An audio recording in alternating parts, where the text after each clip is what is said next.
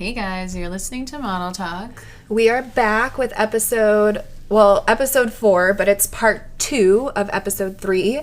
And I'm Nicole Nance. I'm Devin.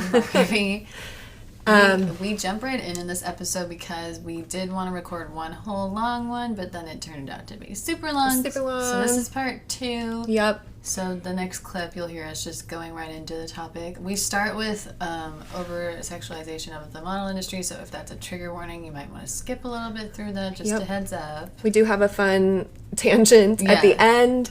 But yeah, so if you didn't catch episode 3, part 1, go back. We just did that one on Tuesday. It's kind of a special week. We're releasing 2. Yeah. But yeah, so thanks for listening, and we're going to jump right into the over-sexualization of models. Yep.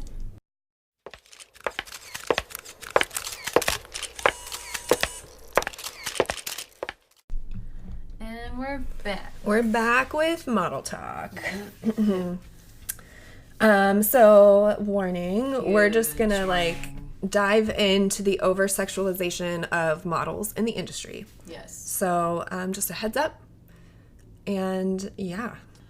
I think a huge problem with modeling is that you're looked at more as an object and less as a person. And so that's where, unfortunately, a lot of the abuses by other people come in, or you being portrayed in the media as just this thing, and then people don't look at you as a real person. Like a sex object. Yes. And then in real life, that's what they think that you are. All the time. Yeah. Yeah. Which is not. It's similar to like actors. Yeah. Like if you're like a villain in a movie or whatever, you might get responses. But you're talking on TV and stuff though, so the human aspect is there. Actors can go interview and people are like, oh, they're so nice. Mm-hmm. There's only a few models I've ever seen that have done interviews, and it's usually when they do press things or they are moving into something else. Like Gigi Hadid and Kendall Jenner have both done like massive interview, like a bunch of interviews on like Tonight Show or whatever, and they're like, oh, they're real people. So the problem is you don't necessarily get to do that all the time. If you're not like a personality. And I think people don't always like it. No. They don't like when you truly no, I don't think they do. break the mold of like what they expect. I've been feeling recently, to be like perfectly honest, I've noticed there's like the model Nicole and the not. And I like want to break that. I've had that for a while. And because it's been bothering me. And so I've been playing around with it and just being myself, and people, I think,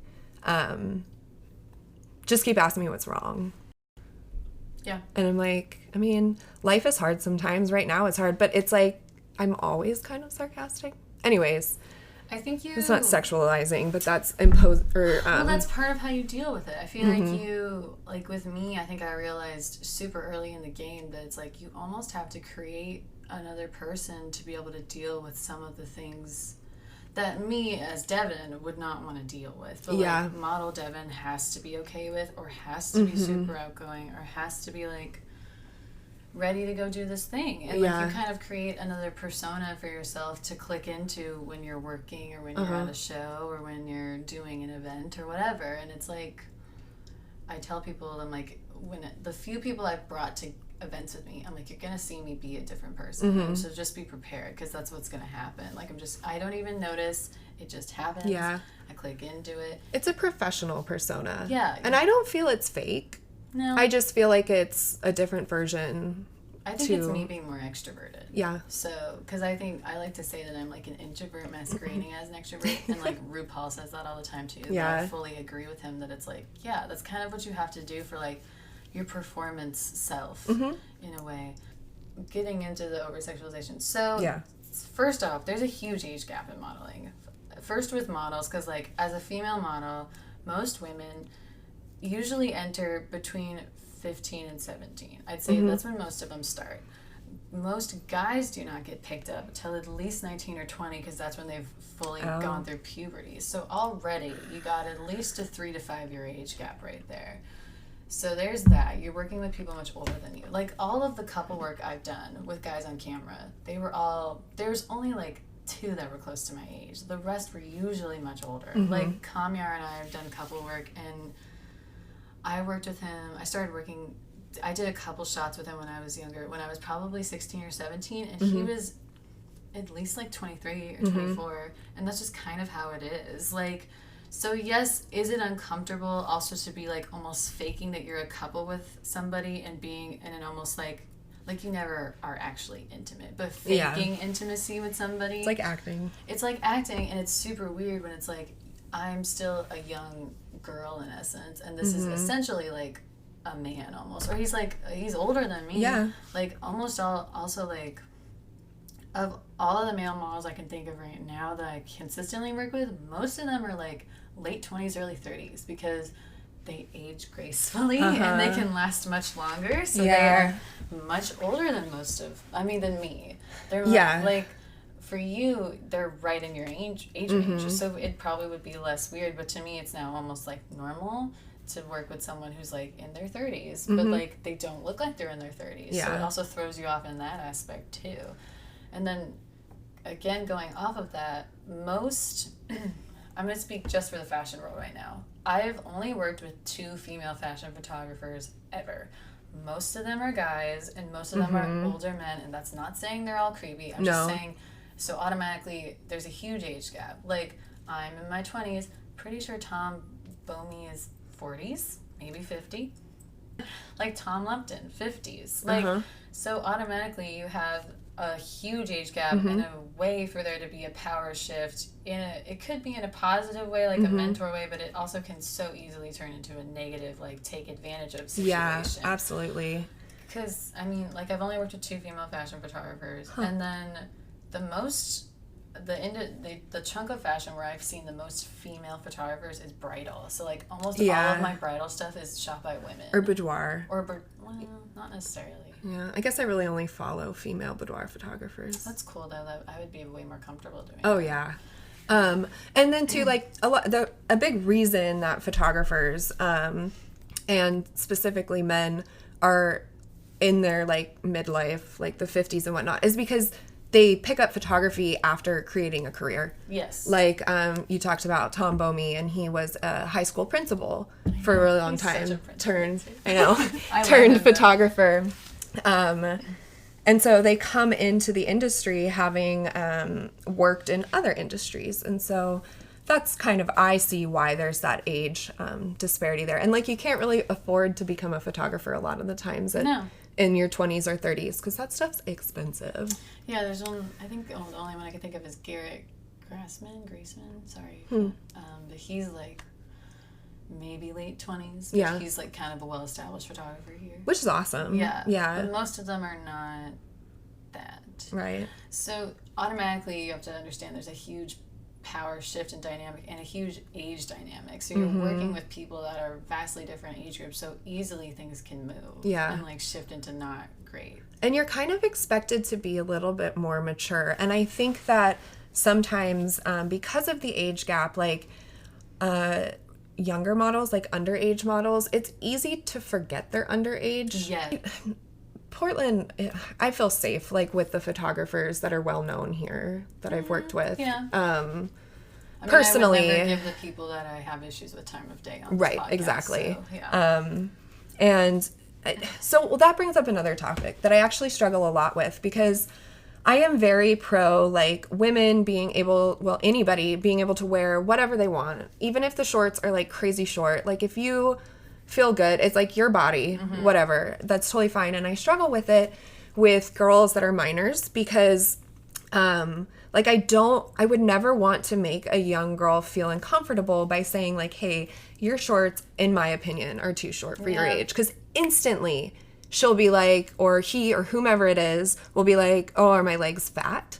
Is that why I shouldn't wear shorts? Or they'll immediately become aware that their body is something that people are judging. And sometimes too, when you're tall, like you don't realize they don't make shorts for like tall teenagers. Yeah, shorts, also regular shorts look extra short on a tall woman. Yeah. Like I wear shorts that are the standard, what is it, like 4-inch inseam? Short, yeah. But on me, they just look real short. But they're cut, like my butt's covered. Like everything's fully. You feel good in them. I'm like, covered by like what would be covered by a bikini. Right. Like I'm fully covered. Right. But it's like now it looks weird when you walk around. Yeah. And so I'm always like, is me like thinking that or looking at a photo of like a 16-year-old doing swimwear? Because 16-year-olds sell swimwear. I mean, they wear swimwear and all of that stuff. And where you look at it and you're like, is that too sexy? It's like, am I sexualizing them? Or were they put in a position that they were sexualized and now I'm seeing that as a result? Or I get very like blurred in those lines.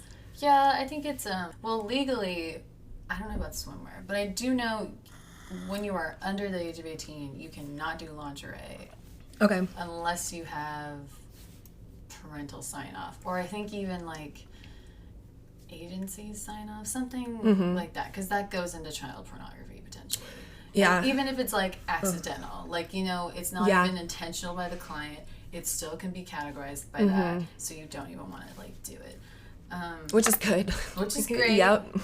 I remember when they prep you before you go to New York, they talk to you about like what you're willing to do and not do. And usually when you're presented a huge contract of being like, hey, are you willing to do nudity? Yes or no? Are you willing to do topless? Yes or no? Are you willing to do like real fur? Yeah. Are you willing to do something that has like a cigarette in it, like smoking? Are you willing, probably now they would be like, are you willing to do anything that's involved with cannabis or like are you willing to like kiss and be intimate with somebody else? Are you willing to do live animals? I'd assume. But I remember a couple of those being listed off to me and thinking like, no, I don't ever want to do nudity, and it's not because I'm not confident. It's just because I don't necessarily know if I'd feel comfortable. Two, just thinking of the temperature aspects, I get cold so easily. So I think I would just like you would just be like blue and like pimply. Also, like, I just don't necessarily want that image of myself out for the public to see. Yeah. I feel like I'd rather keep that between me and like whoever like my spouse is at the time or whatever. And that like, not to like get on too much of a tangent, but that was a topic I really wanted to talk about. No, yeah. And we were talking a little bit about it. We'll come back to the over-sexualization because we have other things we want to hit on that topic. But so we were talking about this on the break where basically the topic I said was you can't be a model if you don't get naked for the camera. That's the assumption that people have. And it's not true, like, at all. They need all kinds of models. And what I really want to point out before we talk about this is, like, I don't do nude modeling. I don't do lingerie. I don't do anything, like, overtly sexual. But I think it's beautiful. Like, I don't shame anybody for doing any type of modeling that they want to do. It's just not what I do. Yeah, sorry family members who are listening. I have done lingerie. I've never done nudity because I just like, I'm not here for it. I've done a couple things that are like, actually I don't know if I've done anything full like bare back. I've done a couple things where it's like, clearly I'm not wearing a bra, but I have like a jacket on and like so implied, like a swimsuit bottom. So I'm like covered fully, but yeah, like it's implied. Like clearly I don't have a bra on.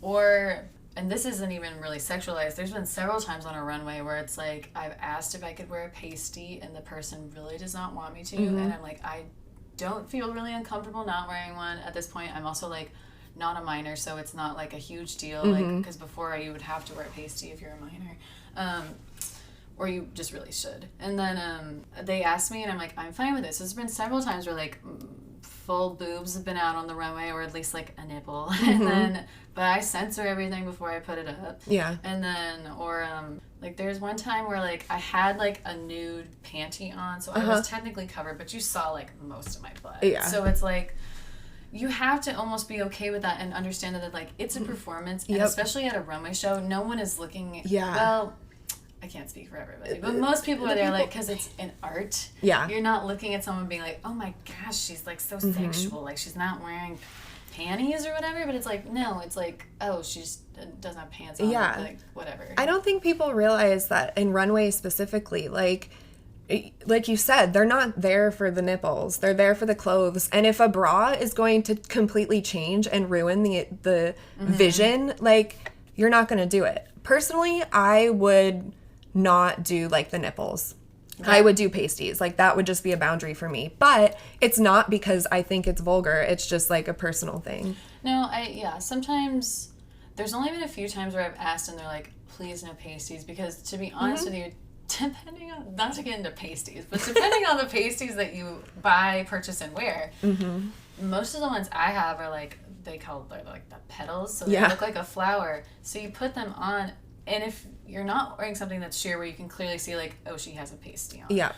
It sometimes just looks like a huge nipple. Yeah. So it's like... Or like those silicone ones that like Yeah. stick. And so then it sticks out more then, and it almost draws more attention. So sometimes if you're wearing something that's not sheer, but they just don't want you to wear a bra, it's better to see maybe like a shadow of a slight nipple than seeing like for sure she's got a pasty on and it's like distracting you now. Because you're looking at the bust more when you should be looking at like the whole garment.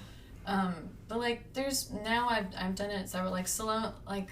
So last Fashion Next for Salone, I walked in an outfit that was so sheer, but when I walked out, it was so iridescent that you actually couldn't even tell that I wasn't wearing any coverage on my bust. I had like a nude short on though, but like, because initially I don't.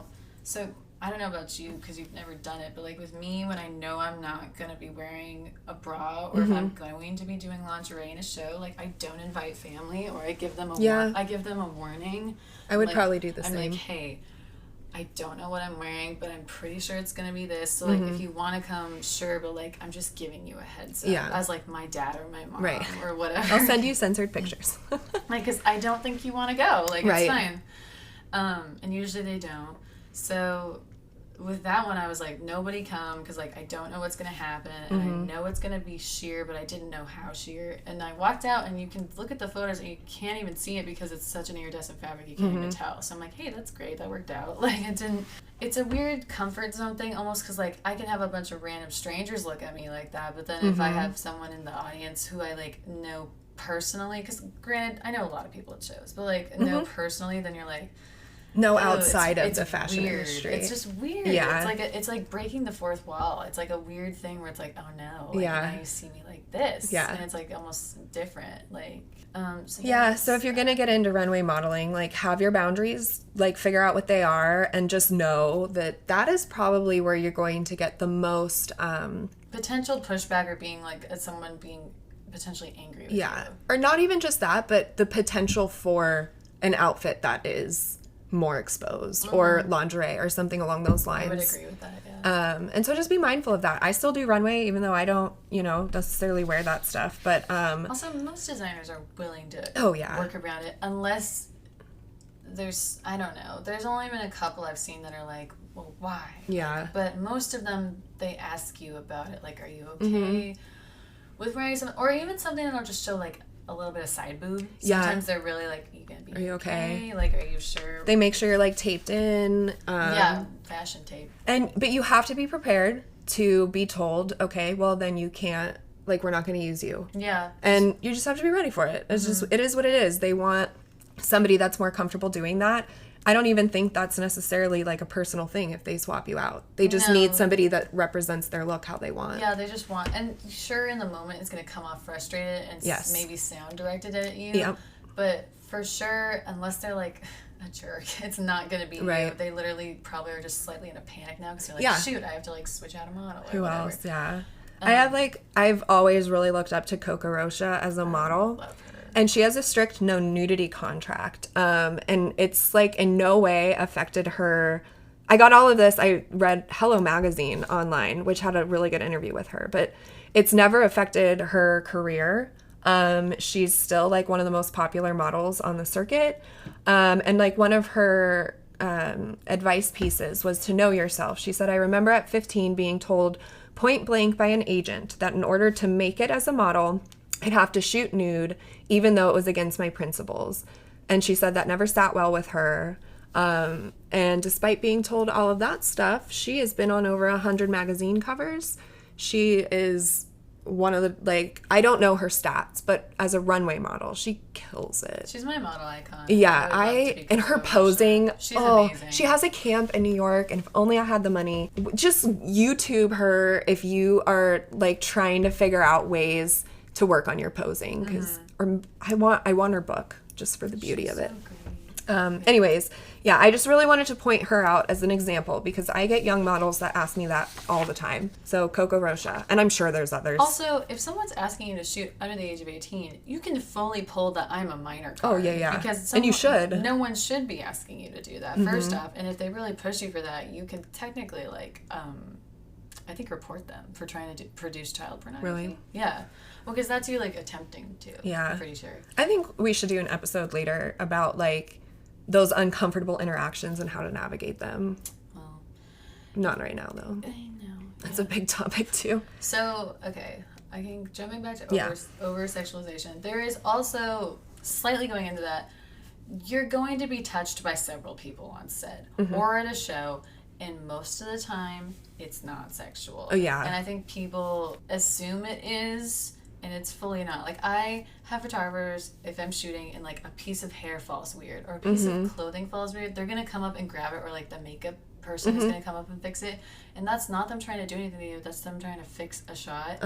And then there's several moments backstage where I am fully being undressed and dressed by different people because I don't have time, and it's a quick change, and it's nothing remotely sexual. It's just like, hey, I was just in this lineup, I'm in like 5th in this next one, I have to run, I'm running around naked usually, or like in a thong. Yeah, they have to change my eyelashes. They have to change my hair. Like, I've sat in a makeup chair with a thong on and like basically just holding a jacket over myself so that like my boobs aren't out, but it's because I have to get my makeup changed and I have to change it to my next outfit.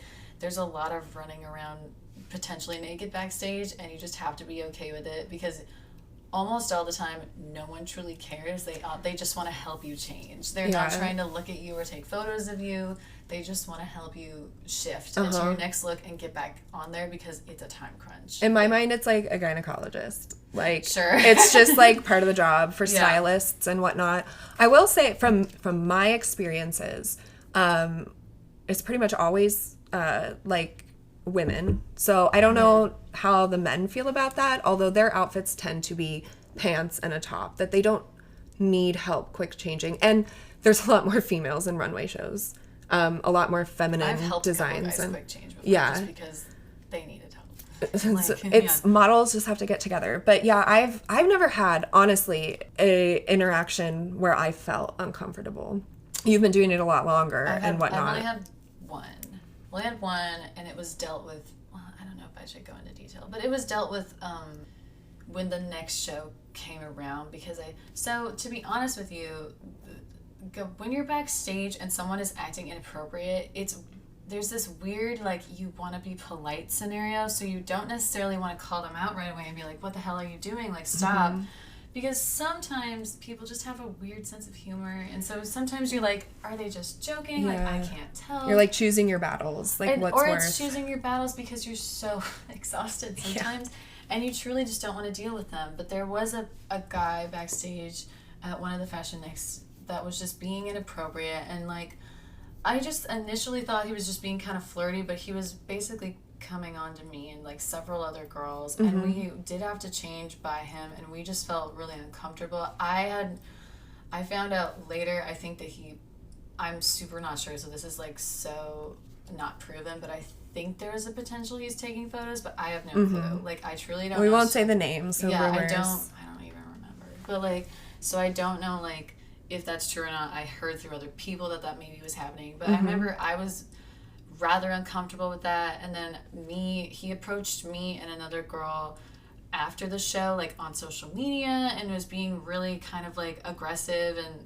like forward and stuff. And so when the next show came around, I guess somebody reported it to the producer, and so they ended up contacting me and asking me what my experience is about it. And I was like, yeah, I was just uncomfortable. Like, here's the thing. And I was like, here's the thing. He's not a full-time model. So he wasn't a regular model. He's someone that clearly does it on the side, and not even kind of full-time on the side. So I didn't want to be the person that was like, well, kick him out. He's terrible. Because, like, I'm sure he's not, you know, who knows. But I was like, look, if he's going to be in the show again, that's fine. Can we maybe give all the guys a separate changing room, or just have him wait until everyone else has changed and then let him go change? Because he's one person. It's not going to take that long. Like, so I was just trying to give them suggestions of like, look, I don't necessarily want to kick him out, because like maybe this was a one-off experience, and it's also you trying not to be like judgmental of people. You're not trying to be like, he's a predator, and like, mindful of your perspective of the situation. Yeah, because I'm like, who knows if maybe I just took it weird, right? I don't know.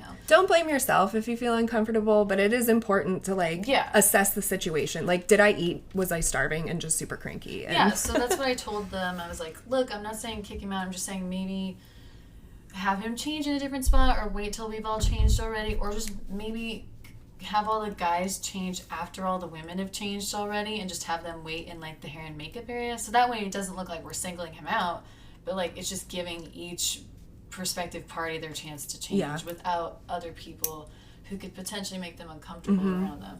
They ended up like not letting him be in the show, which is good on them. I really do appreciate that. The response is everything. Yeah. I mean, you can't prevent everything because people are people.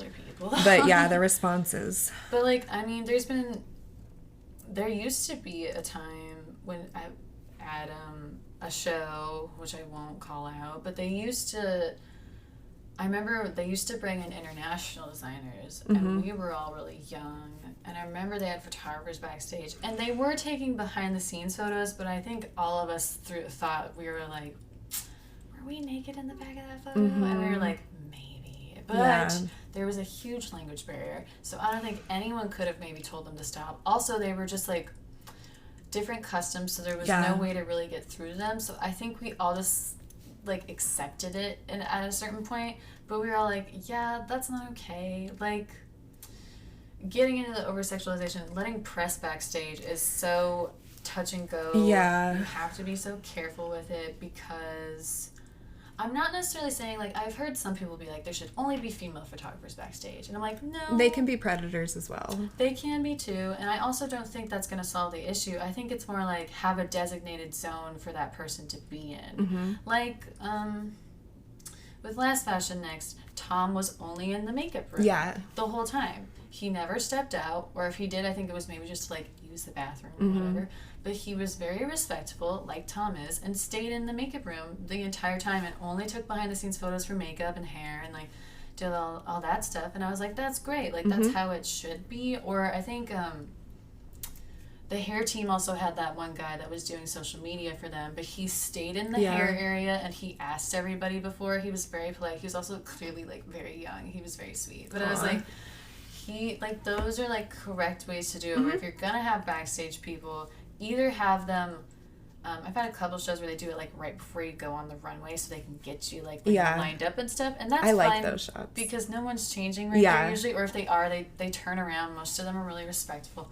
But the few times where it's like, maybe there's a huge designer that's international or like a big name, and you let press backstage, it's like, great, I understand you want to get the behind the scenes shots, like New York Fashion Week, people are back here, it's crazy, whatever, but you have to like either make an announcement and tell people that, hey, press is coming back here, you need to have clothes on or a robe or something, and then you can keep changing, or just like wait until everyone's changed already, because at that point it's like you're getting into a zone that's like you're maybe going to get a shot of someone who's underage and naked, or someone who's not underage and naked, and they just don't want that photo, and like, you don't know, so it's better to just cover your bases. You're not giving permission for your naked photo to be put out there because you are doing a runway. I did not sign that waiver.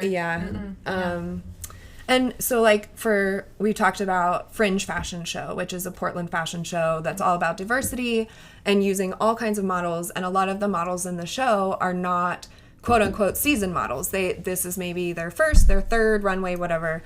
So I'm implementing like a 30-minute changing window where no photographers get to be back during that time, no cell phones, like no pictures taken. And I'm hoping that that's a good solution. I'm interested to see. I think that's a good idea. How well that works out. But yeah, that can happen for sure. And I was just thinking too, from a press perspective, you're kind of putting them at risk a little bit of capturing a photo of a 16-year-old. They have no idea that this model is 16. The photo somehow gets out, and then all of a sudden.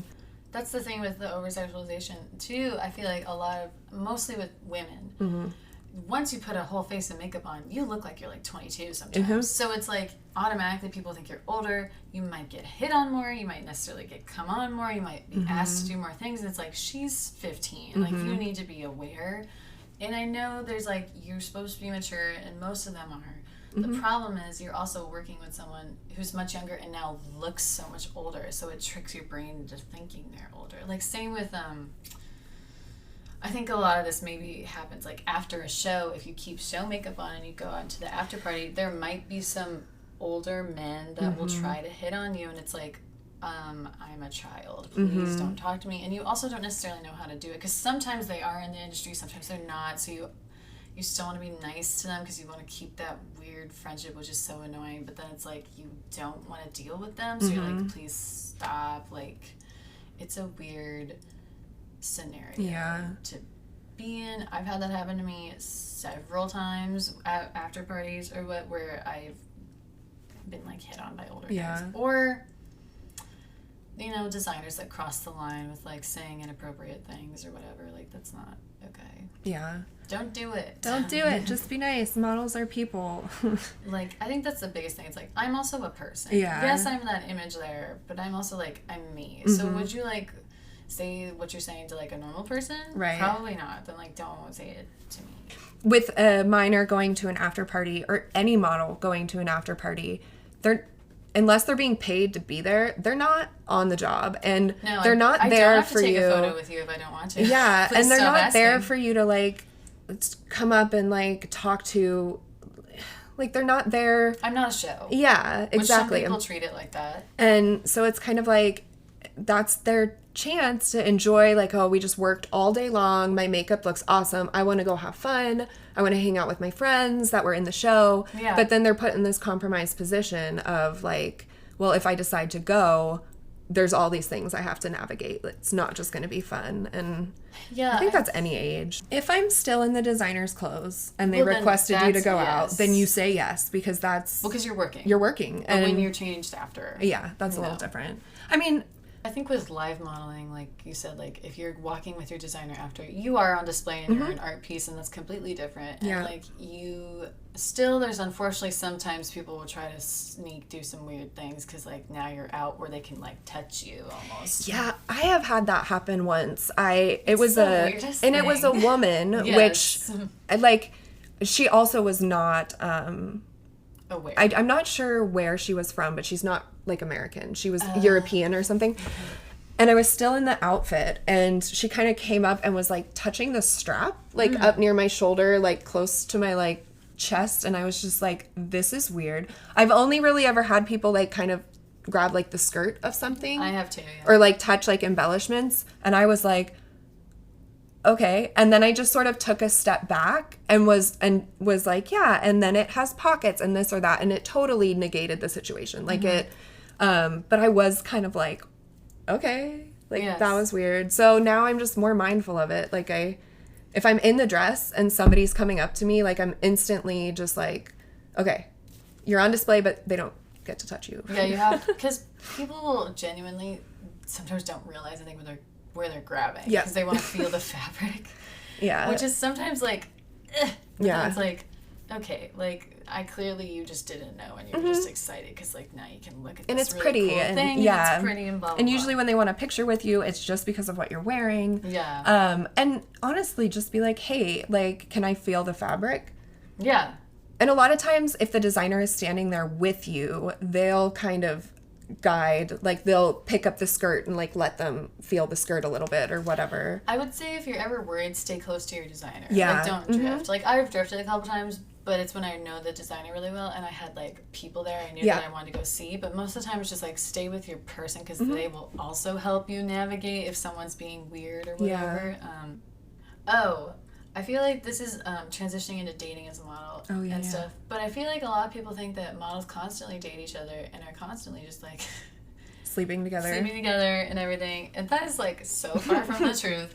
Almost every male model I know is like married with children at this point, or they're in like such a dedicated relationship that they're like engaged. Like, I rarely know a guy that's single backstage usually. Like, almost all the ones I work with are married. I mean, I've tried to date other models. It's because the logic behind it is great, because you're like, okay, there's someone that understands my schedule because it's weird. Also, there's someone that accepts what I'm doing, because some, like we said, some spouses are really uncomfortable with it, or they just don't like it or support it for whatever reason. So dating someone that's in the same field makes sense to you, because you're like, hey, they get it. Like, we're gonna work weird hours. We're gonna work with people that are interesting, but it's like, we're going to understand it, and it's going to be great. And also, then if you're cast for the same show, you get to hang out together for a long time, which is nice. So there's been a couple I've tried to date.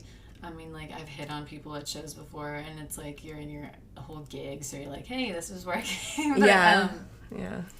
I've never actually, like, successfully dated another model. I mean, I'm, like, flirty with some, but a lot of the, I think especially with the guys, a lot of them you just have, like, I have, like, almost like a friend repertoire with. Like, we can talk about whatever, but it's like, nah. Like, I don't flirt with my... I'm married. Yeah, you're a married But woman. even if I wasn't... So, like, with being married, for me, that's... Which I didn't know you're married for the longest time. That's never my reasoning behind, like, why I don't, like, flirt with male models. I wouldn't do that regardless because I'm just... I don't know. I'm not... Well, if you're not comfortable. Yeah, and I, like, that's just not really who I am. I would be just more in, like, the... I don't like to give off vibes that can be misread, especially in those kinds of situations. And then immediately just put on this vibe of, like, yeah, no. Yeah, like, you're a cool person. Quick, yeah, like, let's have small talk, whatever. But I don't jump and say, like, oh, I'm married. Do you know what I mean? No, I know what you mean. It's like, I don't like using that as an excuse. I think sometimes I also, when I'm in my extroverted state, I put off a flirty vibe because, like, here's the thing. You're working with really gorgeous people. So there are moments where I go up to them like, wow, like, I'm just kind of amazed that they're a person and that they're here. And I'm like, wow, you just have a really beautiful face. And, like, sure, that can sound like I'm coming on to them, but I'm like, it's also me just giving you a genuine compliment. Yeah. Like, hey, you have a really nice face, like, you seem like a nice person, but I'm just saying, like, you are beautiful, and I don't know if you know that, but here you go. Like, so that's me sometimes just doing that. And also sometimes I think it breaks the ice, because I think backstage sometimes it can get really catty when it's all women. Yeah. So talking to the guys is sometimes better. Yeah, it's like a break. Yeah, so that's me breaking the ice with them, being like, hey, blah, blah, blah, blah, and then we'll just talk about whatever. And yeah, I do sometimes flirt, but a lot of it's which is joking. Fine. Yeah, we have the age gap between us too. Like, I am definitely older than the male models, at least the ones I've been around, or not knowing their ages. I always assume, and so, I mean, I only like older people anyways, and so. I only like older people. But I'm, if I was like your age or whatever, so it's like all perspective and where you're at in life. Yeah. And I don't judge anybody for flirting. Like, more power to you. If whatever. Yeah, I'm a slight flirt. Yeah. But also, there's a piece of it that is very, like, jokey, like, starting a conversation. Yeah, like I think I said... I think when I first met David, I was like, you're just the most beautiful person I've ever seen. Wow. And then when he has 2 little kids, and he showed me, and I was like, they're so beautiful. Aww. Like, they're just like you. They're, like, gorgeous little model babies. Yeah, like, models do have cute babies. Yeah, so I was like, oh, so cute. Like, you and your girlfriend have beautiful kids. Yeah. Like, it's so, like, so... Yeah, I don't... It's not, like... I don't feel like it's how people think it is. And so an assumption that, like, all models shouldn't have about each other is that whole, like, well, models are just looking to sleep with each other and date each other, and that's why they're in the industry. I think anybody that goes into the industry with that mindset of, oh, well, if I become a model, I can date models, like, no. Like, good luck. Good luck. Like, most of them are in very committed relationships. Yeah. And I find most of them are dating people that are in fully separate fields. Because it's, I mean... Because you want to break. You want to break. And you want somebody to, like, my poor husband, like, after, like, a runway show or something, or a shoot that I had a great time, like, I just sit and, like, tell him all about it and go over every detail. Yeah. And if it was somebody that was there with me or also had done runways, like, they would just want to put their input in. And I'm like, no, I want to talk about me right now. Yeah. So he doesn't have experience to share. So he just, like, listens. Yeah. And also, there's something very, it's almost, like, very powerful to, like, invite a spouse to a show and have them just, like, watch you work because they're almost slightly in awe of it. And you're like, yeah, I'm, like, a badass lady. Yeah. Like I've done that with a couple, and they think, well, one, I think they think it's really cool, because the average person does not go to a fashion show. Right. So if you're dating someone and you're like, hey, why don't you come to my show? I think it's a new experience for them, but also they get to see you, like, at your prime, and then they're just like, whoa, that was so cool, and they usually think it's really cool too. So yeah. it's like, it's another thing for you to do as a couple, but then they're not there with you the whole time, so you can kind of tell them, like, all the backstage crap that happens or whatever. Like, so. Yeah, it's interesting, like, since starting modeling, and Zach is my husband, having zero exposure to even, like, the theater world or modeling growing up, anything whatsoever. And we were talking about this, like, the other day, maybe a week ago, whatever. He was saying, when I first started, he didn't really, not that he didn't believe in me and not that he wasn't supportive, but he explained it as, like, when he was in high school and college, he wanted to potentially be like a professional baseball player. But that idea seems really unattainable. Well, yeah. And so in his mind, he was like, oh, cool. It'll be fun. Like, hopefully she'll make some money. It'll be a good hobby. It's good for her. She, she clearly enjoys it. And then he came to a show for I did one that was bigger, and he came and then started talking to, like, my friends in the industry and people I work with. And he was like, I don't think I realized how hard it was. Yeah. And so he goes to a show, and they watch that, spouses, boyfriend, whoever, and they probably see it, and they're like, oh, I could never do that. Yeah, they understand it. And then it's, like, put into perspective. And then it's, Yeah, I think, well, my current boyfriend hasn't been to any of my shows. He will be coming to one soon. But, like, I think I can explain stuff to him, but he won't get it until he shows up. But, like, even with, like, I think with my parents, like, I don't think they fully got it until they started going to shows, and now they're, like, fans almost. They're like, oh my god, that was so cool. Aww. And you did that quick change so fast. And I'm like, yeah, like, you get it now. Yeah. Like, you get why I'm super tired afterwards and, like, what I'm doing. It's almost like it connects the bridge for them of, like, oh, okay, like, they get it more. I think it's because in our, like, career, like, things don't quantify until after all of the work goes in. Very true. So it's like you can be practicing your walk, taking care of your skin, preparing for a runway, doing all of your fittings, and nobody sees that. They just see you walk on the runway. And so when they start to learn that there's so much more. The job of modeling, like the after effect with the print photos or you walk on the runway, is like this massive effort is behind it. And sometimes I'm like, do I enjoy the end result more or getting to there? Probably the end result. I like walking on a runway. Yeah. It's like a weird high. You like step out there and you're just like... You feel like, I don't know, you feel like a god because no one really understands it and they can't really touch you, so you're just like floating above them. And it's foreign to people. Yes. Like, people don't really understand always, and I know, it's a really good feeling. It's a really weird high. Yeah. It reminds me of being, like, in theater on stage. Like, I'm here, you're not. You're here because of me. Yes. Which maybe sounds kind of selfish, but like in a fashion show, they're here for designers, the makeup, the whole production of it all. But when you're on the runway, that is when all of your hard work comes together. So it feels awesome. Yeah. Because you're like, I put in so much, and yeah, now everybody gets to enjoy it. Have you ever fallen? No. Yeah. A girl almost fell in front of me one time, and so I thought I was gonna have to, like, help her, because, like, it was in Portland Fashion Week, and there was a crack in the concrete, and her heel got stuck, so she started falling as if she was gonna face dive into the concrete, and I was like, oh no. So I was, like, preparing myself to watch this happen, and then she, like, caught herself at the last minute right before she would have been in front of people, because that was behind the curtain, and then it was good. I haven't fallen. I have was it last Fashion Next or the one before? They, like, waxed the runway right before we started walking, and I went out and I kind of did a little, like, and I, like, almost, because they wanted us to do, instead of, like, a step back turn, which is what I normally do, they wanted us to do, like, a quarter turn, which I hated because I feel like it looks so much less smooth or whatever.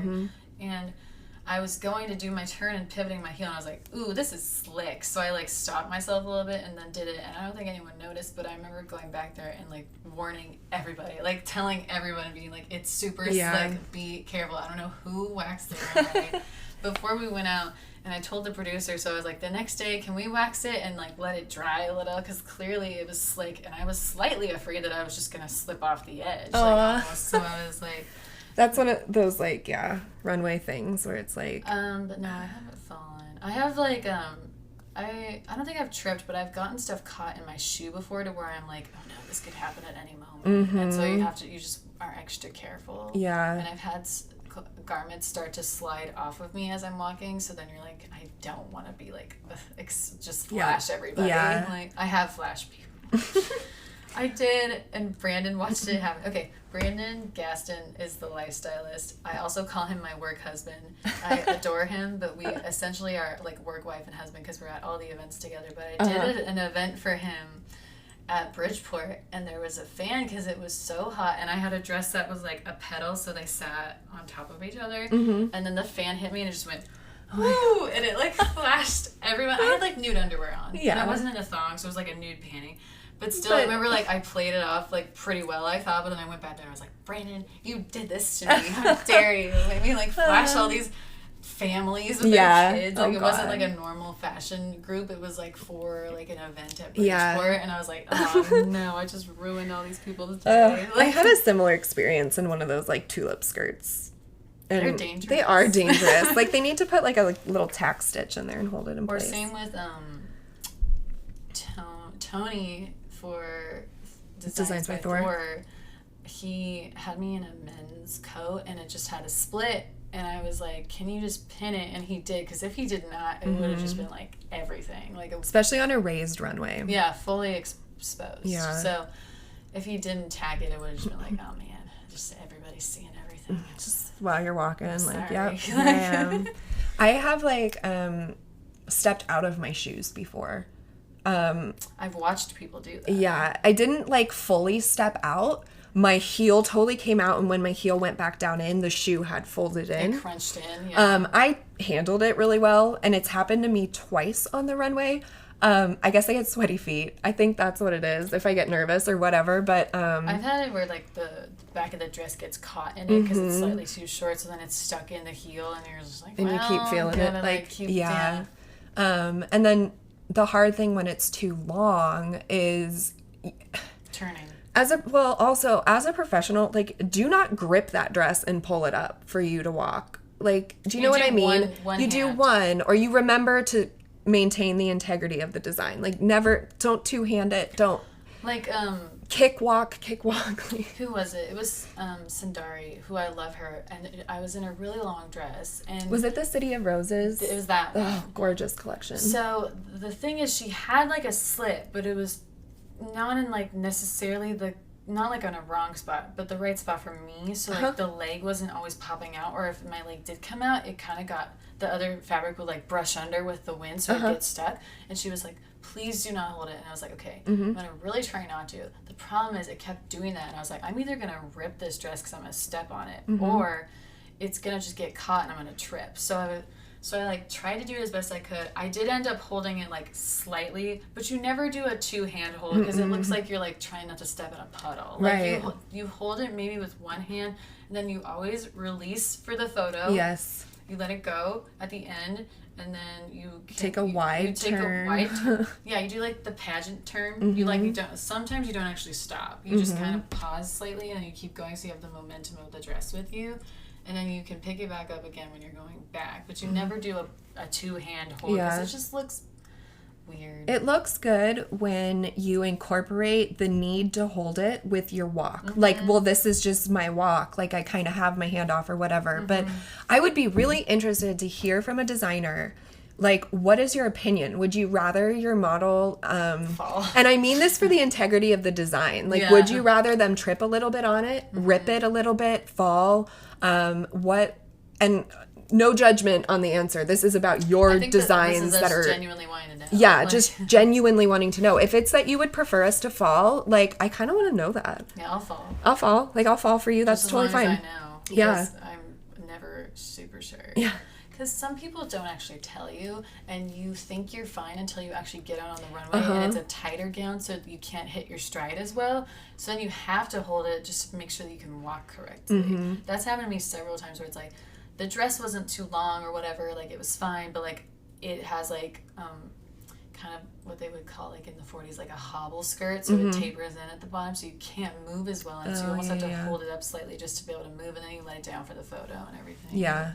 It's just so you're not slow. Like, right. Yeah. The things that, and I really like to know, like, what a designer thinks. one day, I'm sure falling, I think, is like bound to happen. I'm prepared. I'm like, I think I just kind of get up and kind of smile a little bit and just keep going. Yeah, my joke with people is if you're at a show where the runway is raised, the people right next to the runway are VIP. So if you're falling on a VIP, like, they will help you, I'm sure, because they paid that ticket price. They want to be there. Yeah. Be at the front. Yep. So I'm sure someone would help you get back up and go. Oh my God, I wasn't even thinking about falling off a runway. Oh. I was just thinking like falling on it. The only runway I think of is Fashion X because that's raised. The rest of them are on the floor, so if I fell, I would legit be falling onto somebody like at Fade to Light or whatever. But same with Fashion Next. If you fell, you would be falling off of like a foot. Is that foot, 2 feet raised runway? Like, so, yeah. That'd be kind of scary. And then too, like, I'm sure I've watched the like the videos of models. And one reason it looks so awful is because models are so tall. And so the center of balance is off. Like a giraffe. And so it's just like, when you're falling, you couldn't see me, but I made like a ridiculous falling shape. Okay. Well, that was a sufficient tangent. Do we want to do obsessions? Yeah, let's talk about our obsessions. Okay. I didn't prepare for this one. Oh, but I have. Can I go? You go. I'm ready. You do it. My husband and I bought a house about a little bit over a year ago, and I don't know, listeners out there who have bought a house, the whole thing with being house poor is very real for like the first year because mortgages, you're like, oh shit, like this is a lot. And we're finally at a point where we can make like home improvements and I can buy like the decorations I want and stuff. And so I've been obsessed with doing that. And I guess that's kind of a boring obsession, but that's like, I have built-in bookshelves downstairs in my house with like a fireplace. And I think over the course of like the last week, I've rearranged it like 10 times because I could, I don't know. I'm just finally super excited to start. I hate so you can't see my walls in this room, but they're green and I hate it. This whole house was this color and I'm just ready for it to repaint and just to do all of the things. You're ready to make like improvements. Right? Yeah. And it's fun. I think my obsession is, well, first off, on Hulu, I discovered this show called Letterkenny, and it's like, it's so funny and so stupid. It's kind of just like hick people in Canada and all their issues, but it's so like quick British humor that's like kind of hilarious. Like, it's really Letterkenny. Funny. Yeah. Besides that, I do have to shout out, like, thank you to my lovely boyfriend for making our intro. Oh, yeah. Thank you. Because, like, we didn't know how to do that. No. And you know all that stuff. And I would have not been able to figure it out that well as we you appreciate did. it. Yeah, so thanks, babe. But yeah, I think that's it. Yeah. Next, I mean, this was a heavy topic, and so my mind is still like, I'll have better obsessions next time. Yeah. Couple of shout outs. Yeah. Officially, we're posting Thursdays. Yes, Thursdays in the morning. Every Thursday morning-ish will be a new episode. Yeah. And then the streaming platforms we are currently active on are Google Podcasts, Breaker, Overcast, Pocket Cast, Radio Public, Stitcher, and then we're now on Apple Podcasts. Yay. So please subscribe on those because they show up better on our analytics that people are actually listening. Yep. And if you think we're like 5-star worthy review, write one. Please, and if you don't, give us a couple more episodes to get better. Yes. Yeah, and follow us on Instagram at Model Talk Podcast PDX. That's where we share like photos that go along with the episodes and stuff like that, so that you can get a visual.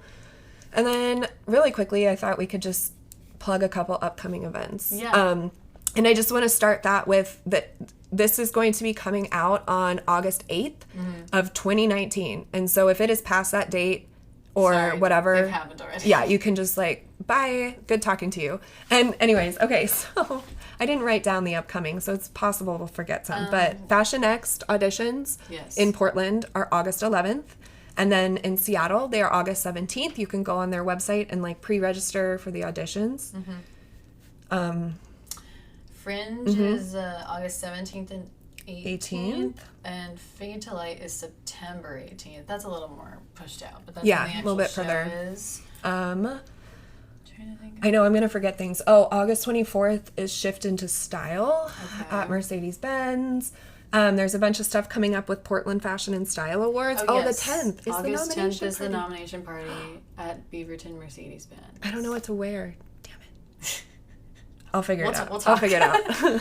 Yeah, I think that's it. Yeah, so thanks. Oh. Apparently, if you are listening to this on Anchor, there's a way for you to be a monthly donator. If you would like to do that, that would be awesome. But apparently the thing is not necessarily going through. So if you do it, maybe wait and make sure that, like, you actually get a charge, or make sure you get an email, because Anchor's pretty upfront about emailing you if you sign up for things. So if you haven't got that, it did not go through. I know Sloan tried, so thank you so much for wanting to donate. Sloan White Couture. We love incredible. You.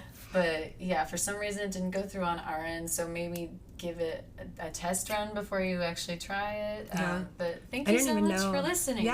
Yeah. Okay, guys, we'll see you soon. Be back next week. Yeah. Bye. Bye.